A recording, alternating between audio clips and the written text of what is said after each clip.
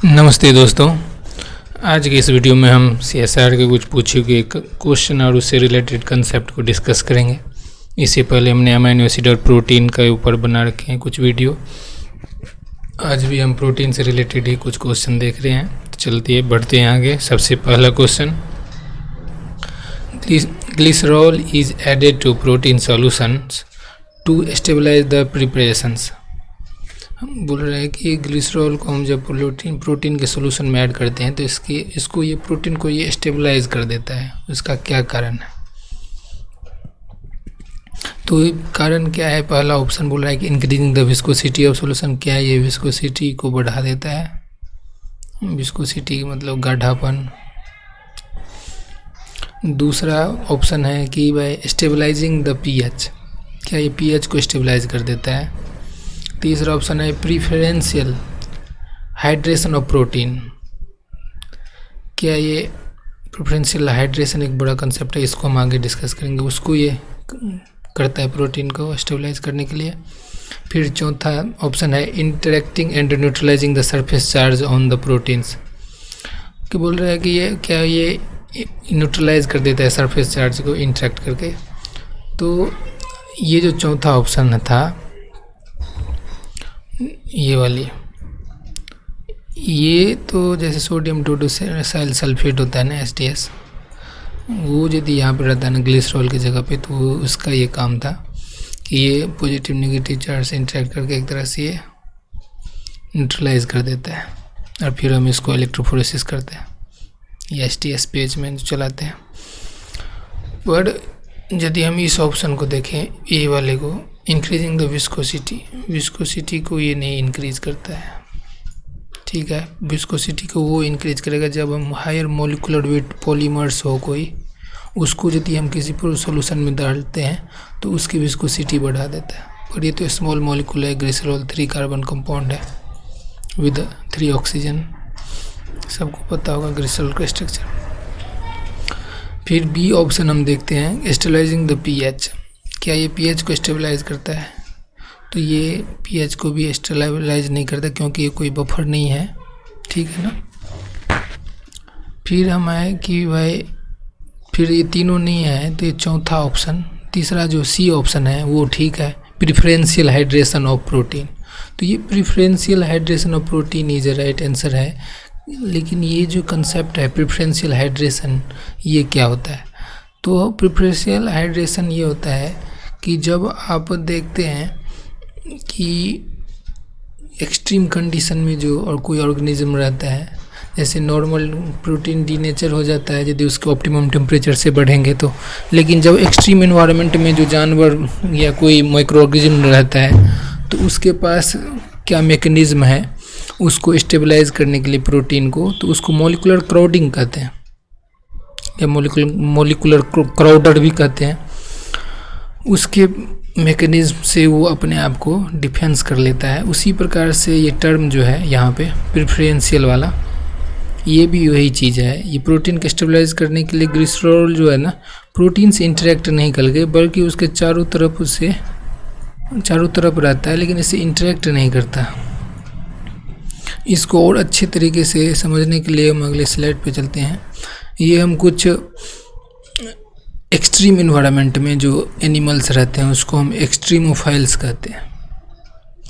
जो high temperature पर रहते हैं उसको हम थर्मोफाइल्स, जो कोल्ड इन्वायरमेंट में रहते हैं उसको काइनोफाइल्स, जो एसिडिक इन्वायरमेंट में रहते हैं उसको एसिडोफिलिक कहते हैं, जो अल्कलाइन कंडीशन में रहते हैं उसको अल्किलोफाइल्स कहते हैं, और जो साल्ट कंडीशन में रहता है उसको हम हेलोफाइल्स कहते हैं। तो ये तो कैमल है, आप देख सकते हैं ये कितना इन्वायरमेंट 50 तक ये रह जाता है, 50 डिग्री सेल्सियस तक भी रह जाता है। एक आर्कियोबैक्टीरिया हो तो वो तो 110 डिग्री तक भी सर्वाइव कर जाता है एक्सट्रीम इन्वायरमेंट में। इसी प्रकार से जो आर्टिक रीजन में पोलर बियर हुआ या पेंगुइन हो गया अटलांटिका में, ये सब बहुत मतलब -50 तक भी सहन कर लेता है। तो ये जो इनके मॉलिक्यूलर क्राउडिंग ही मेन रीजन होता है इनको सर्वाइव करने के लिए। ऐसे ऐसे मैकेनिज्म होता है। फिर थर्मोफाइल में आप यहाँ पे ये देखिए क्लेडोमोनास है, ये डायटम है, ये भी आपका ग्रीन एल्गी है। मैंने नाम तो लिखा था क्लेब्सोमीडियम, ये था क्लेब्सोमीडियम। और ये है आपका एक्टिनोफाइरस स्पीसीज है ये, ठीक है ना। ये स्टार की तरह रे निकल रहा है, तो एक्टिनो का ही होता है, एक्टिनोफाइरस का ही है, ठीक है। ये सब जो होता है ना आपका एसिडिक इन्वायरमेंट में सर्वाइव कर जाता है। ये जो मैंने पिक्चर लिया था, ये स्पेन में एक रेड रिवर है, उससे उसका एक रिसर्च पेपर था, वहाँ से मैंने ये लिया था। कि वहाँ पे क्या है कि काफ़ी माइंस सब है। माइन सब से क्या होता है, जब आता है तो वो रॉड या कोई मेटल का घुला हुआ पार्ट जो रहता है उसको इन्वायरमेंट को एसिडिक बनाता रहता है। और ये जो फोटो है आपका विब्रो कोलेरी, जो कि आपको हाई pH 11 से या उससे ज़्यादा पे भी ये सर्वाइव कर जाता है। और ये आपका जो स्ट्रक्चर है ये भी आर्कियोबैक्टीरिया का है, आर्थ्रोबैक्टर का है। ये भी 11 या उसके ऊपर सर्वाइव कर जाता है। और ये आपका हाईली साल्ट कंडीशन में एक ये रह जाता है। इसको हम जो है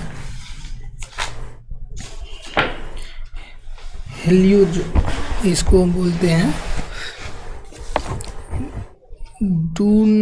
डूना लीला सेलिना।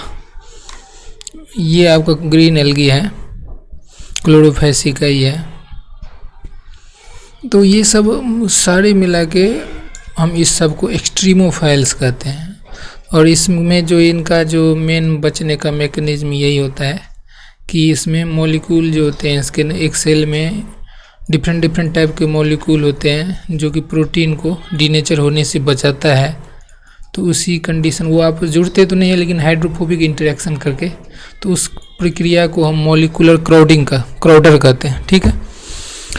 इसी चीज़ को प्रेफरेंशियल हाइड्रेशन को समझाने के लिए जो एक क्रिकवुड बफ थ्योरी है, ये दो साइंटिस्ट का नाम है क्रिकवुड और बफ। इन्होंने 1961 में एक पेपर दिए थे जिसमें इन्होंने बताया था कि प्री हाइड्रेशन मतलब जो है ना सॉल्यूशन जो प्रोटीन को स्टेबलाइज करने की क्या प्रक्रिया है, जिसको प्रेफरेंशियल हाइड्रेशन कहते हैं, उसके ऊपर में इन्होंने एक पेपर दिया था जिसमें थ्योरी काफ़ी केमिकल इक्वेशन सॉल्व किए थे।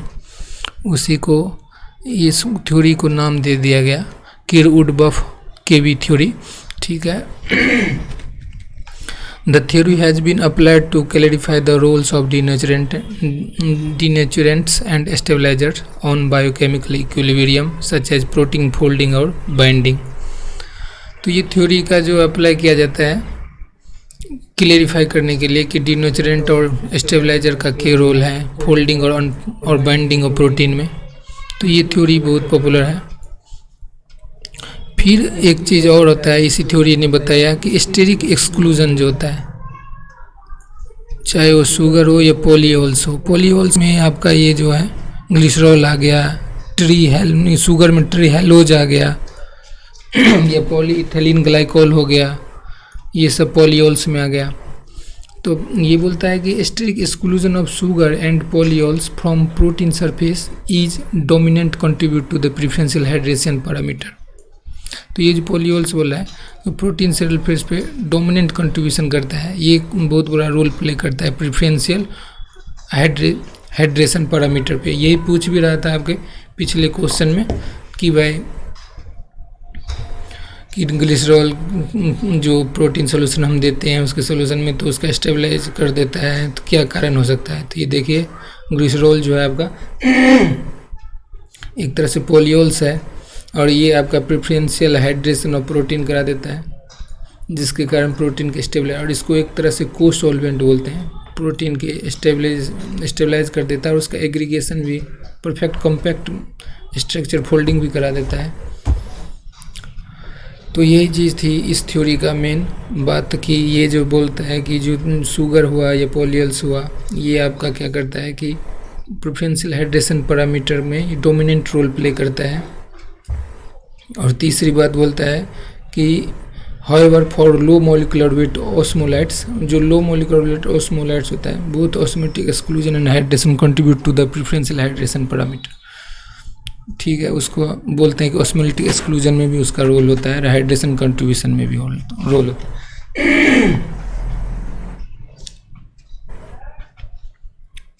इसी हाइड्रोफोबिक इफेक्ट भी होता है, तो उसको हम सॉल्वोफोबिक इफेक्ट भी कहते हैं हाइड्रोफोबिक इफेक्ट का।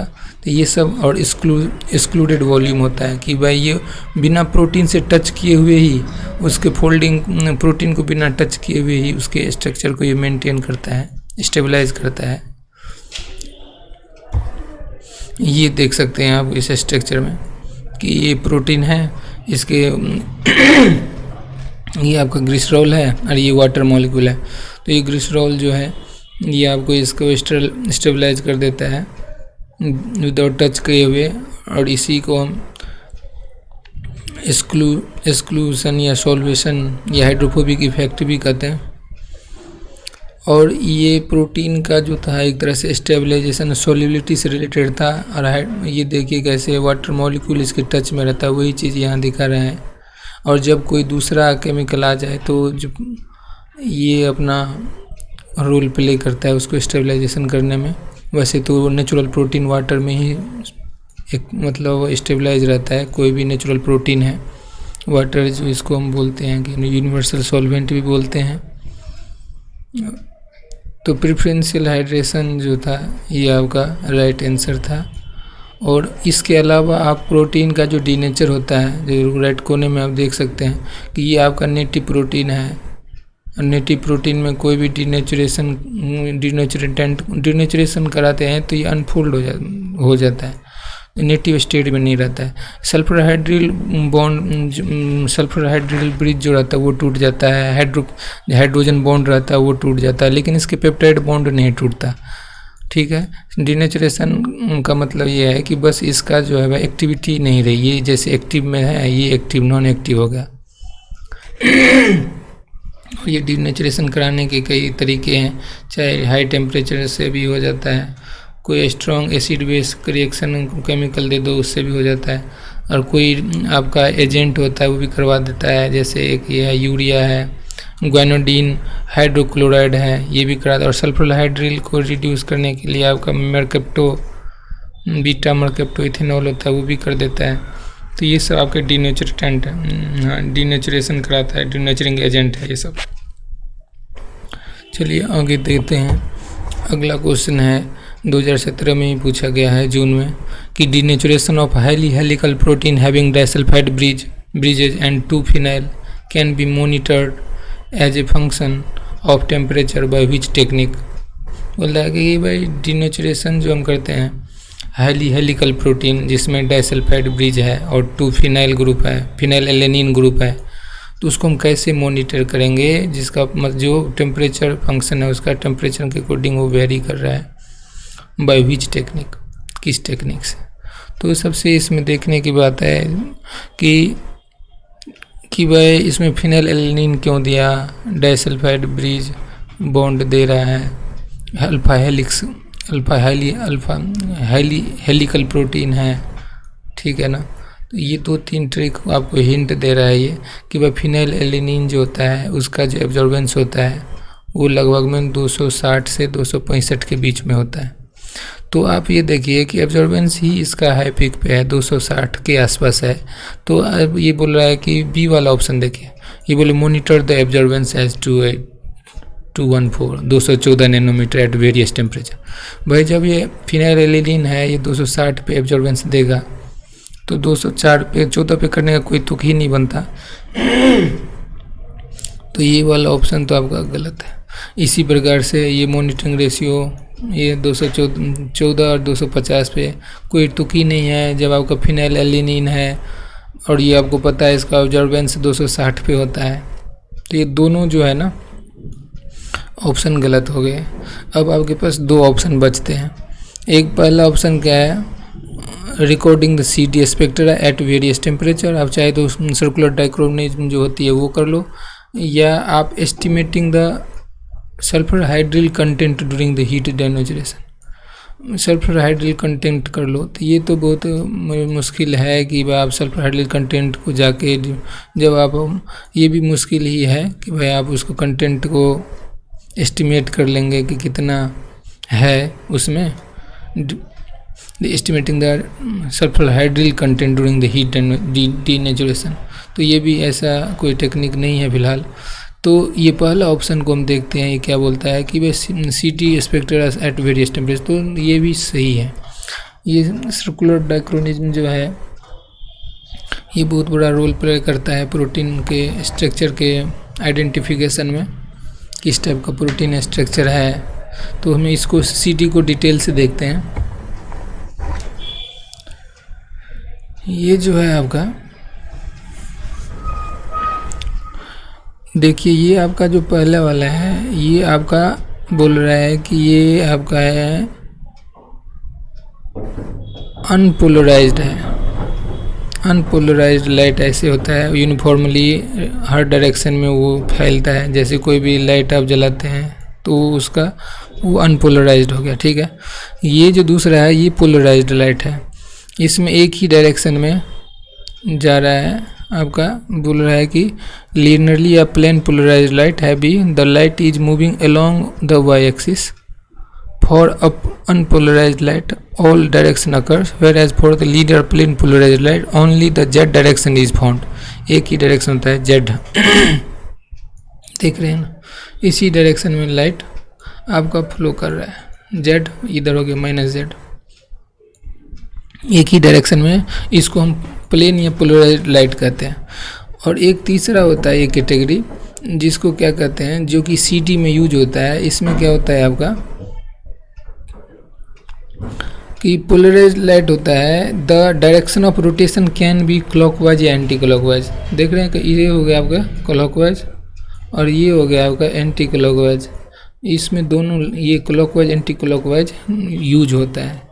ये इसीलिए सर्कुलर है, ठीक है ना, क्योंकि सर्कल कभी तो ऐसे घूम रहा है और कभी ऐसे घूम रहा है, और ये दोनों मिल के एक फाइनल आपका ग्राफ देगा, वो हम आगे देखेंगे इसी स्लाइड के नीचे में जो आप देख रहे हैं। मान लीजिए यहाँ पे आपका कोई अनपोलराइज्ड सोर्स है, ठीक है। अनपोलराइज्ड सोर्स को हम प्लेन ऑफ पोलराइज से पास कराते हैं, फिर सर्कुलर पोलराइज्ड है वो उसको सर्कुलर बनाता है, और सर्कुलर बनाता है तो आपका जो, ये मान के चलिए ये आपका राइट वाला है, ये आपका लेफ्ट वाला है। ये डिपेंड करता है आपके प्रोटीन, चूँकि प्रोटीन जो होता है आपका उसमें कायरल कार्बन होता है, जो हम पिछले वीडियो में डिस्कस भी किए हैं। जो कायरलिटी जो कार्बन की होती है ना, वो बताता है कि ये भाई लीवो रोटेटरी होगी कि ये डेक्स्ट्रो रोटेटरी होगी, ठीक है ना। तो ये दोनों लाइट जब आपका सिंपल सेल पे पड़ता है, ये सर्कुलर पोलराइज्ड लाइट, तो ये एक सिंगल लाइट देती है, और वो सिंगल लाइट आपको जो है वो CD स्पेक्ट्रम का होता है, और इससे आपका ये स्पेसिफिक होता है हर एक प्रोटीन के लिए। तो हम चलिए आगे का वीडियो में आपको बताएंगे, इसी वीडियो का तो इसी नेक्स्ट स्लाइड में। जैसे कि ये देखिए, ये मैंने एक पेपर से लिया था chemical biology and drug design से। तो यहाँ पे इन्होंने बताया है हर एक के लिए डिफरेंट बताया। मान के चलिए ये वाला जो है आपका एक अल्फा हेलिक्स के लिए, ये वाला जो है आपका बीटा शीट के लिए, ये वाला जो है ये आपके टर्न के लिए है, ठीक है ना, बीटा टाइप 1 बीटा टर्न के लिए है।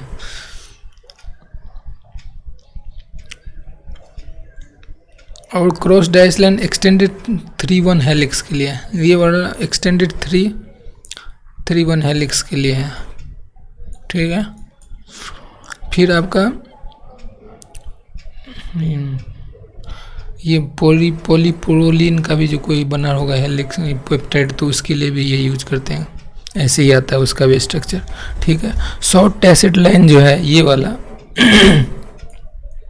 ये वाला जो आपका है, ये आपका है इरेगुलर स्ट्रक्चर के लिए, ठीक है।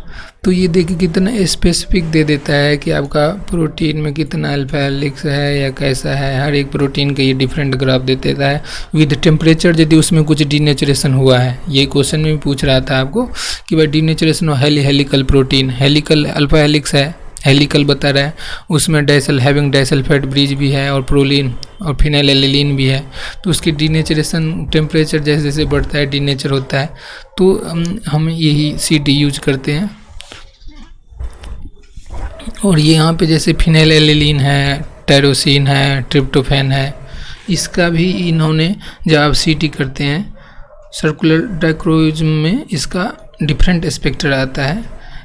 फिनाइलिन का रेंज ये होता है 260 से 270, टायरोसिन का देखिए 270 से 285 कह सकते हैं, और इसका देख लीजिए 285-80 से लेके आपका 310 तक है। तो ये स्पेसिफिसिटी आप देख सकते हैं प्रोटीन में। भाई आपका जैसे हम प्रोटीन क्वांटिफिकेशन में इसका बहुत बड़ा रोल है कि भाई टायरोसिन, ट्रिप्टोफैन और फिनाइलएलिलीन का। तो आपको जब बता भी दिया कि यहाँ पे 2 फिनाइलएलिलीन है तो ऑब्वियसली CD ही करेंगे। चलिए हम आगे नेक्स्ट क्वेश्चन पे जाते हैं। Protein stability is represented as, protein stability is represented as, ये एक इक्वेशन से बता रहे हैं कि फोल्डेड, और ये है आपका एक इक्विलिब्रियम कांस्टेंट इक्वल टू, मतलब ये फोल्डिंग और अनफोल्डिंग को बताया कि रिवर्सिबल रिएक्शन है, और उसका इक्विलिब्रियम कांस्टेंट के इक्विलिब्रियम उसको शॉर्ट में डिनोट किया। ठीक है। Prior to development of sensitive calorimeters thermodynamic parameter of process we are determined by following equation. ये इक्वेशन है जो कि आपको बता रहा है कि भाई थर्मोडायनामिक्स का इक्वेशन है। Which one of the following statement is correct for estimating the del H, del G and del S, मतलब फ्री एनर्जी का है हो गया, इंथैल्पी का हो गया, इंट्रोपी का हो गया। तो इस नीचे का जो आपका कुछ दे रखा है ऑप्शन, उसमें से बोलता है कौन सा करेक्ट है स्टेटमेंट। तो क्वेश्चन को समझिए कि भाई protein stability is represented as this, folding और अनफोल्डिंग रिवर्सिबल रिएक्शन है। Prior to development of the sensitive calorimeters thermodynamic parameter of process we are determined by following equation. ये इक्वेशन को हम आगे डिस्कस करेंगे कि ये कैसे ऐसे हो जाता है। यहाँ पे आपका लॉग जो है, लॉग के इक्विलिब्रियम जो है equal to minus del H standard enthalpy है divide by R 1/T plus standard deviation, और ये एंट्रोपी का डिवाइड बाय आर।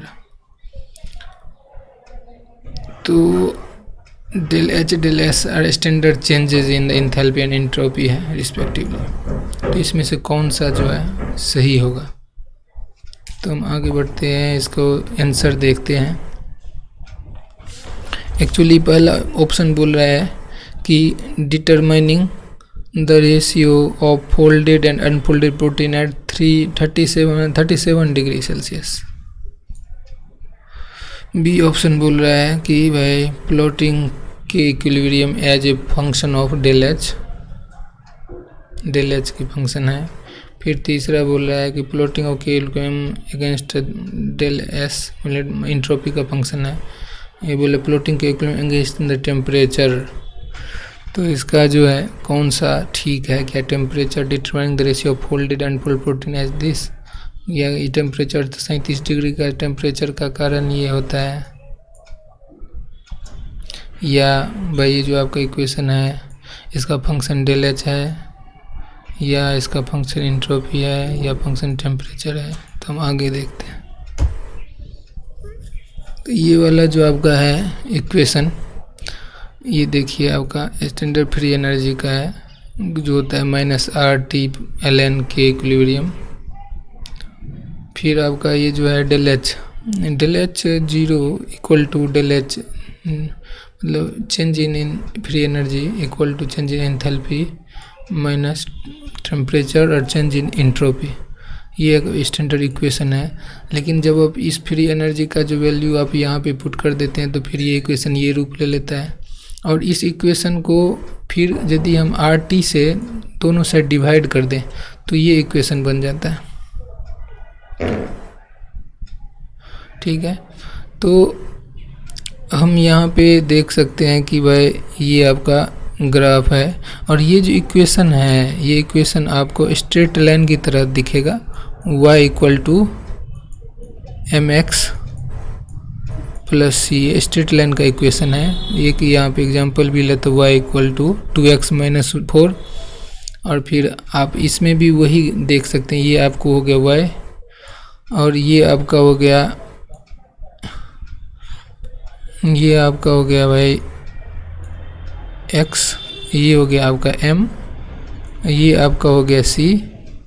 ठीक है ना, तो ये जो x होता है ना ये आपका x है और ये आपका y है। मेन तो ये हो गया ना, ये जो m है ये ग्रेडियंट है या इसको स्लोप भी कह दो, तो ये स्लोप है। तो इस रिएक्शन से ही यदि किसी को स्ट्रेट लाइन का इक्वेशन आएगा वो देखते ही ये कह देगा कि भाई ये जो इक्वेशन है ये फंक्शन ऑफ टेम्परेचर का है, ना कि इंथैल्पी, एंट्रोपी या 37 डिग्री टेम्परेचर का। कितना आसान है, लेकिन वही है कि थोड़ा मैथमेटिक्स है। तो इसका आंसर जो है आपका ये डी हो जाएगा, राइट आंसर। ठीक है ना, और यहाँ पे आप देख सकते हैं कि ये आपका log k और 1/t है। और यहाँ पे जहाँ पे ये टच होता है, जैसे कि इसमें 4 जो -4 था ये इंटरसेप्ट है, तो यहाँ इसमें क्या था +xr, ये तो आपका इंटरसेप्ट है यहाँ पे जहाँ पे टच हो रहा है। ठीक है ना, और स्लोप या इसको टेंजेंट ग्रेडियंट भी कहते हैं, और वो आपका कितना है इतना -del(h0/r). तो ये क्लियर है कि भाई यही होगा। आज की वीडियो में इतना ही। हम अगले वीडियो हम प्रोटीन के different type of protein, fibrous और जो नॉन फाइब्रस जो प्रोटीन है या ग्लोबुलर प्रोटीन है उस पे हम करेंगे वीडियो, और उससे रिलेटेड जैसे मायोग्लोबिन है किस टाइप का प्रोटीन है, हेमोग्लोबिन किस टाइप का प्रोटीन है, उससे रिलेटेड 3-4 क्वेश्चन करेंगे और इसका कंसेप्ट क्लियर करेंगे। आज के वीडियो में इतना ही। देखने के लिए धन्यवाद।